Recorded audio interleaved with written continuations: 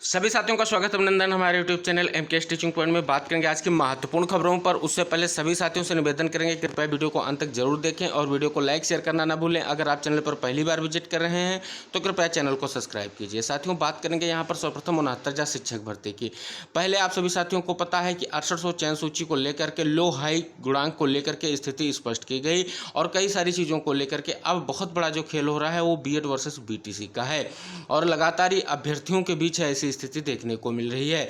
अब बात सामने निकल कर आई है रिवाइज्ड लिस्ट को लेकर के। इन्हीं अभ्यर्थियों के द्वारा बड़ा दांव चला गया है। क्या है उसको हम स्पष्ट करेंगे। साथियों, स्पष्ट किया गया है, यहाँ पर आप सभी साथी देख सकते हैं, लिखा गया है कि स्पष्ट रूप से जो है उत्तीर्ण बीटीसी अभ्यर्थियों की संख्या यहाँ पर स्पष्ट की गई है, जो आपके 38,610, उत्तीर्ण शिक्षा मित्रों की संख्या 8,018। इसके बाद लिखा गया कि उपरोक्त आंकड़ों के अनुसार स्पष्ट किया गया कि 69,000 शिक्षक भर्ती में पास नियुक्त सभी बीएड डिग्री धारकों को बाहर करके हम सभी सुपर टेट पास योग्य अभ्यर्थियों का चयन किया जाए। रिक्त समस्त पदों पर जो है उत्तीर्णांक कम करके योग्य अभ्यर्थियों का चयन किया जाए। अगर फिर भी पद रिक्त रहे तो नई शिक्षक भर्ती के माध्यम से इन पदों को भरा जाए।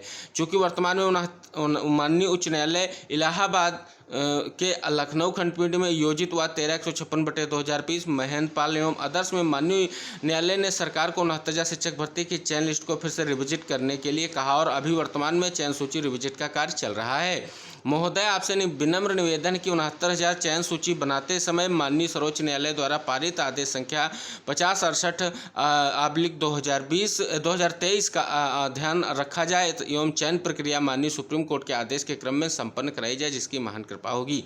अब साथियों, अगर बात करें इस लेटर का क्या महत्व, इस लेटर का स्पष्ट रूप से महत्व है कि बीएड डिग्री धारकों को रिविजिट लिस्ट में स्थान न दिया जाए, चाहे वो चयनित हो, चाहे वो आपकी 6800 लिस्ट में चयनित बीएड डिग्री धारक हो, किसी को भी जो है रिवाइज लिस्ट में स्थान न दे करके सीधे तौर पर 69,000 शिक्षक भर्ती से सभी को बाहर कर दिया जाए और केवल बीटीसी अभ्यर्थियों को मौका दिया जाए। यह कहने का उद्देश्य यहाँ पर स्पष्ट रूप से कहा गया है, जिसमें ये स्पष्ट किया गया है कि शिक्षा मित्र और जो सुपर टेट पास जितने अभ्यर्थी हैं उनको फिर से मौका दिया जाना चाहिए और उनको लेकर के चीज़ें स्पष्ट की जानी चाहिए। लेकिन अगर आपको हम बता दें तो हमने आपको पहले ही अवगत कराया था कि जो है आपके लिए बहुत ही महत्वपूर्ण चीज़ है, इतनी जल्दी 69,000 शिक्षक भर्ती में चीज़ें नहीं होंगी। हालांकि हमने कल आपको अवगत भी कराया था कि हो सकता है सुप्रीम कोर्ट के आदेश पर विचार किया जाए और जो राजस्थान सरकार की तरफ से जो हाई कोर्ट का जजमेंट था उसको जो है अमल में लाया जाए। अभी किसी तरीके से कहना जल्दबाजी होगी। एनसीटी की तरफ से जल्द ही फैसला लिया जाएगा और जो सभी राज्यों के बोर्डों को जो लेटर जारी किया जाएगा उससे स्पष्ट होगा कि एनसीटी की अगली मानक क्या है, किस हिसाब से जो है बीएड का लेकर के स्थिति है, क्या आगे होने वाला, इन सभी को स्पष्ट किया जाएगा। उससे पहले अभी कोई भी चीज़ स्पष्ट होती नहीं दिख रही है। तो कहीं ना कहीं आप सभी साथियों को हम अवगत करा दें, ये बीएड डिग्री धारकों के लिए कहीं ना कहीं एक स्पष्ट खबर है जो आपके साथी आपके लिए परेशानी का सबब बन रहे हैं और कहीं ना कहीं इन चीज़ों को लेकर के अगर बाहर निकलती हैं तो सरकार भी इस पर संज्ञान लेकर के इस मुद्दे को खींचने का प्रयास करेगी। वैसे भी मामला अभी तक डिसाइड नहीं हो रहा है। 22 तारीख को महत्वपूर्ण सुनवाई आपकी लगी हुई है, उस महत्वपूर्ण सुनवाई को आपको डिसाइड कराना अति आवश्यक है।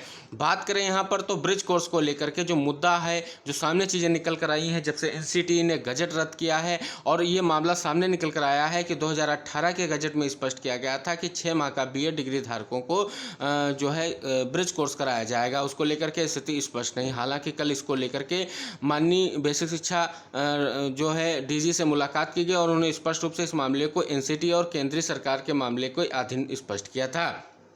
इसी क्रम में बात करें तो अभ्यर्थियों ने स्पष्ट रूप से माननीय मुख्यमंत्री जी से इस मैटर को लेकर के गुहार लगाई है। देख सकते हैं स्पष्ट किया गया है कि 69,000 शिक्षक भर्ती 2018 में चयन बीएड अभ्यर्थियों हेतु पाठ्यक्रम यानी ब्रिज कोर्स कराने के संबंध में स्पष्ट किया गया है कि विदित 28 जून 2018 को एनसीटी ने स्पष्ट द्वारा जारी आदेश के क्रम में उत्तर प्रदेश सरकार ने बीएड अभ्यर्थियों को शिक्षा की उच्च गुणवत्ता हेतु 69,000 शिक्षक भर्ती में शामिल किया और नियुक्ति प्रदान कर दी। चूंकि भर्ती प्रक्रिया में सभी चयनितों को नियुक्त हुए 2 वर्ष से अधिक का समय पूर्ण हो गया है। एनसीटीई की गाइडलाइन के अनुसार नियुक्त तिथि में 2 वर्ष के पूर्व बीएड अभ्यर्थियों को 6 माह का सेत पाठ्यक्रम ब्रिज कोर्स कराना अनिवार्य। अतः महोदय उपरोक्त जो है प्रकरण को संज्ञान में लेकर त्वरित कार्रवाई करने का कष्ट करिए। माननीय मुख्यमंत्री जी को जो है स्पष्ट करते हुए ये पत्र लिखा गया है जो बीएड चयनित अभ्यर्थी 69,000 शिक्षक भर्ती में है। अब देखने वाली बात होगी माननीय मुख्यमंत्री जी का क्या संज्ञान होता है, क्या राज्य सरकार का प्रत्यक्ष परोक्ष रूप से कारण रहता है और क्या एनसीटी और शिक्षा मंत्रालय की तरफ से जल्द ही इन चीज़ों को लेकर के क्या स्थितियाँ स्पष्ट होती हैं। जैसा कि सभी साथियों को पता है, आरक्षण केस की महत्वपूर्ण सुनवाई आपकी 22 तारीख को लगी हुई। इसी परिप्रेक्ष्य में अगर हम बात करें तो जो आपके आंसर की प्रकरण के साथी लगातार धरना प्रदर्शन कर रहे हैं और ये साथी देख सकते हैं इको गार्डन में लगातार धरना प्रदर्शन करते करते इनको लगभग 11 दिनों का समय हुआ जा रहा है। लेकिन एक बार जो केवल आप सभी साथियों को बता दें तो स्कूल महानिदेशक विजय किरण आनंद जी और बेसिक शिक्षा परिषद के सचिव प्रताप सिंह बघेल जी से मुलाकात हुई थी और नियुक्ति का आश्वासन मिला था। उसके बाद कोई महत्वपूर्ण जो है जानकारी सामने निकलकर विभाग से नहीं आई है। तो कहीं ना कहीं साथियों बहुत ही महत्वपूर्ण आपका जो केस लगा हुआ है उसको डिसाइड कराना अति आवश्यक है और 22 तारीख की सुनवाई होना बहुत ही महत्वपूर्ण है, क्योंकि बहुत सारे मुद्दे उलझते नजर आ रहे हैं। जल्द ही इस जो है केस का पटाक्षेप होना जरूरी है, जिससे सभी स्थितियां स्पष्ट हो सके। आशा करेंगे इन चीज़ों को समझ करके आप जो है कोर्ट में अच्छी तरीके से अपनी पैरवी को लेकर के प्रयास करेंगे और जल्द से जल्द हो सके तो सरकार और विभाग से जल्द जो भी महत्वपूर्ण चीज़ें हैं वो निर्गत कराने का प्रयास करेंगे। जैसे मूल चयन का आधार क्या है, रिविजिट लिस्ट अगर सरकार ने बनाई है या विभाग ने तैयार की है तो किस बिहाफ पे की है, और एटीआरई पर क्या सरकार का और बेसिक विभाग का रवैया है, इन सभी चीज़ों को जो है कोर्ट के माध्यम से ही अब हल होता दिखेगा, क्योंकि बाहर के रास्ते पर किसी भी तरीके से कोई महत्वपूर्ण चीज़ निकलकर सामने नहीं आ रही है। साथियों बात करें तो बेसिक विभाग में जो फर्जी शिक्षकों को लेकर के बड़ी जानकारी सामने निकल कर आ रही है कि फर्जी दस्तावेज और नियुक्त पद पर नौकरी करे बेसिक शिक्षकों की जांच में सहयोग नहीं करने वाले जिला बेसिक शिक्षा अधिकारियों पर सरकार ने नजर टेढ़ी हो गई। एसटीएफ की ओर से शिकायतें मिलने के बाद शासन ने स्कूल शिक्षा महानिदेशक को ऐसे बेसिक अधिकारियों को चिन्हित कर उनके खिलाफ कार्रवाई के निर्देश दिए। स्कूल शिक्षा महानिदेशक विजय किरण आनंद ने 28 बीएसए को कड़ा नोटिस भेजा। एक सप्ताह के भीतर सभी चिन्हित शिक्षकों को दस्तावेज और नियुक्त प्रवृत्ति की सत्यापित कॉपी विशेष संदेशवाहक के साथ बेहद गोपनीय तरीके से लखनऊ स्थित एसटीएफ अधीक्षक कार्यालय में पहुंचाने के निर्देश दिए गए हैं। उल्लेख है कि फर्जी दस्तावेजों के आधार पर नियुक्त शिक्षकों की जांच कर एसटीएफ ने शासन की शिकायत की थी कि कई जिलों के बेसिक शिक्षा अधिकारी जांच में सहयोग नहीं कर रहे हैं। उनसे जो दस्तावेज की सत्यापित प्रति मांगी जा रही है वह उसे उपलब्ध कराने में आनाकानी कर रहे हैं। परिणाम स्वरूप जांच में अनावश्यक रूप से विलंब हो रहा है। स्पष्ट किया गया है किन जिलों को नोटिस भेजी गई, उन जिलों को भी यहाँ पर मेंशन किया गया है।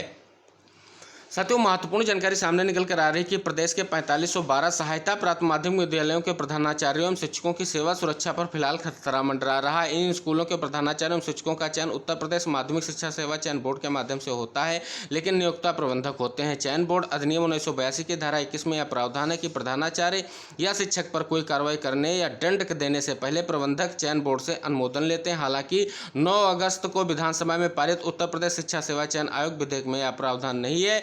इस विधेयक की धारा 16 के अनुसार अब एडेड कॉलेजों के शिक्षकों की सेवा शर्तें और सुरक्षा इंटरमीडिएट शिक्षा अधिनियम 1921 के विनियमों के अध्याय 3 के अनुसार संचालित होंगी। ऐसे में आशंका है कि अब प्रबंधकों के यहाँ शिक्षकों का उत्पीड़न और भी बढ़ जाएगा। प्रधानाचार्य के पद पर तदर्थ पदोन्नति की व्यवस्था भी नहीं रहेगी। और साथ ही साथ देख सकते हैं महत्वपूर्ण चीज़ें आप सभी को देखने को मिल सकती हैं।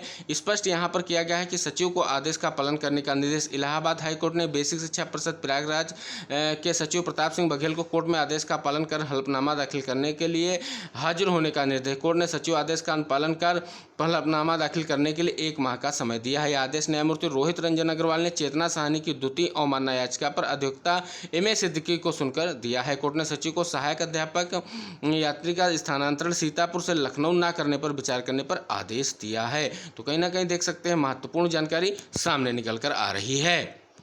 साथियों बहुत ही महत्वपूर्ण जानकारी सामने निकल कर आ रही है कि प्रसिद्धि प्राथमिक विद्यालयों में 72,825 प्रशिक्षु शिक्षकों के अभ्यर्थी राजकुमार मिश्र को हाईकोर्ट के आदेश पर 18,500 रुपये की फीस वापसी होने के बाद कई अन्य अभ्यर्थी याचिकाएं करने लगे। 1.5 लाख अभ्यर्थियों की फीस के रूप में 290 करोड़ वापसी करने के लिए बेसिक शिक्षा परिषद के सचिव प्रताप सिंह बघेल ने 20 अगस्त तक सूचना मांगी है। सचिव ने 17 अगस्त को सभी डायट प्राचार्यों और बेसिक को जारी पत्र में लिखा कि जिलों में निर्धारित प्रारूप पर वांछित सूचना उपलब्ध कराने के कारण शुल्क वापसी किया जाना संभव नहीं हो पा रहा है। अभ्यर्थियों की ओर से शुल्क वापसी के लिए न्यायालय में याचिकाएं की जा रही हैं। ऐसे में अभ्यर्थियों के नाम, पिता का नाम, कंट्रोल नंबर, जन्मतिथि, बैंक का नाम, खाता संख्या, IFSC कोड, श्रेणी और धनराशि की सूचना भेजने को कहा। पहले 10 अगस्त तक सूचना मांगी गई थी, लेकिन जौनपुर और अलीगढ़ से ही सूचना मिली थी। तो देख सकते हैं क्या है प्रोफार्मा आपको सूचना भेजने का, उसको हम आप सभी के सामने प्रेजेंट कर रहे हैं। साथियों देख सकते हैं स्पष्ट किया गया है सचिव उत्तर प्रदेश बेसिक शिक्षा परिषद प्रयागराज सभी जिलों को 17 तारीख को भेजा गया है कि उत्तर प्रदेश बेसिक शिक्षा परिषद द्वारा संचालित विद्यालयों में शिक्षकों के 72,825 रिक्त पदों पर बीएड योग्यताधारी एवं टीईटी उत्तीर्ण अभ्यर्थियों के चयन हेतु निर्गत शासनादेश दिनांक 5/12/2012 के क्रम में अभ्यर्थियों को दी गई धनराशि वापस किए जाने के संबंध में प्रोफार्मा दिया गया है। देख सकते हैं इसमें स्पष्ट किया गया है किस हिसाब से आपको क्या मेंशन करना है, नाम कहाँ मेंशन करना है, पिता का नाम, कंट्रोल नंबर, जन्मतिथि, बैंक का नाम, खाता संख्या, IFSC कोड, श्रेणी, धनराशि सब सब कुछ यहाँ पर स्पष्ट किया गया है। आप सभी साथी देख सकते हैं, इस प्रो फार्मा को आप जो है चूज करके अपनी जो है फीस वापसी के लिए अप्लाई कर सकते हैं, जिसके लिए डेट का निर्धारण भी कर दिया गया है। यानी सब कुछ यहाँ पर स्पष्ट कर दिया गया है। तो आप सभी साथी जो है जल्द से जल्द इस प्रो फार्मा को भरें और देख सकते हैं कि जल्द से जल्द फीस वापसी के लिए ये प्रक्रिया चल रही है। साथियों, महत्वपूर्ण जानकारी सामने निकल कर आ रही है कि बिहार में जातीय जनगणना पर शुक्रवार को सुनवाई के दौरान शीर्ष अदालत ने सवाल किया कि क्या गणना से संविधान के अनुच्छेद 21 के तहत लोगों के निजता का अधिकार प्रभावित होगा। कोर्ट ने यह भी पूछा, जब बिहार जैसे राज्य में हर कोई अपनी पड़ोसियों की जात जानता है तो क्या राज्य सरकार द्वारा किए जा रहे जात सर्वे से लोगों की निजता का उल्लंघन होगा। न्यायमूर्ति संजीव खन्ना और SBN भट्टी की पीठ ने पटना हाईकोर्ट के फैसले के खिलाफ दी अर्जी के मामले में टिप्पणी की है। बिहार सरकार की ओर से वरिष्ठ अधिवक्ता श्याम दीवान ने पीठ को बताया कि 6 अगस्त को जातीय सर्वे का काम पूरा हो गया। इसके बाद पीठ ने कहा कि हम मामले में नोटिस जारी नहीं करेंगे बल्कि विस्तार से सुनेंगे। और न्यायमूर्ति खन्ना ने कहा, हम यदि बिहार सरकार को नोटिस जारी करते हैं तो अंतरिम आदेश पारित करने का सवाल सामने आएगा, जबकि सर्वेक्षण का काम पूरा होगा। इसलिए बेहतर होगा कि आप सभी दोनों पक्षों के वकील बहस के लिए तैयार रहें। सुप्रीम कोर्ट ने कहा कि नोटिस जारी करने का अक्टूबर-नवंबर में सुनवाई संभव होगा। ऐसे में अंतरिम आदेश पारित करने का दबाव जो है स्पष्ट रूप से जो है बेहतर होगा कि जल्द सुनवाई पूरी हो सके। तो साथियों, ये थी आज की महत्वपूर्ण खबरें और शेष अन्य जो भी महत्वपूर्ण खबरें हैं या आपकी भर्तियों से संबंधित जो महत्वपूर्ण खबरें, PRT और से संबंधित जो भी महत्वपूर्ण खबरें, जो भी आपकी शिक्षक भर्तियों से खबरें, अगर उनको आप समय पाना चाहते हैं तो कृपया चैनल को सब्सक्राइब कीजिएगा, बेल आइकन प्रेस कीजिएगा। मिलते हैं, तब तक के लिए टेक केयर, बाय बाय, जय हिंद साथियों।